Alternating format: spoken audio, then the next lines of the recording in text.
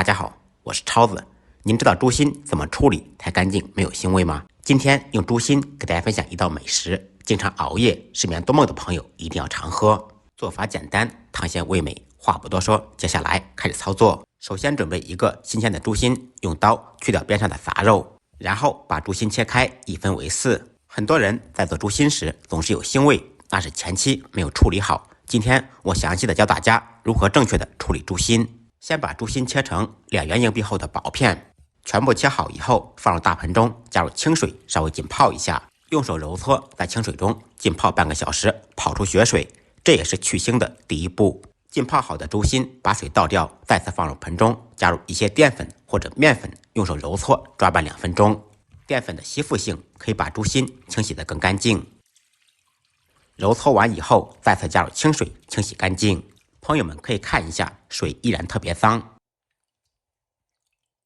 把水倒掉，重新放入盆中，加入食用盐、少许米酒或者黄酒，继续用手揉搓1分钟。这一步可以去除腥味。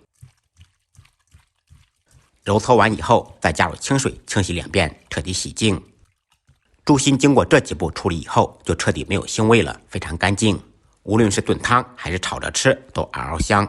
处理干净以后，放入盆中控水备用。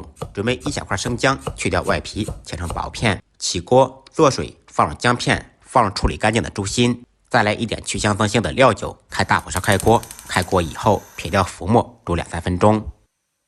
猪心经过焯水以后，炖出来的汤会更加清澈透亮，没有腥味。煮好以后捞出来，再放入温水中清洗1遍。洗净以后把水倒掉，控水备用。好汤离不开好料，准备陈皮、西洋参、十角豆、麦冬还有玉竹这几种食材，搭配上猪心，效果会更好。加入清水，简单清洗浸泡一下，洗好以后控水备用。调煎好的再放几颗大枣，清洗干净，去掉枣核，切成小块。砂锅中加入清水，放入准备好的各种食材，再放入几片姜片，开大火烧开锅。猪心处理干净以后，汤非常清亮。开锅以后盖上盖子，改开最小火炖1个小时。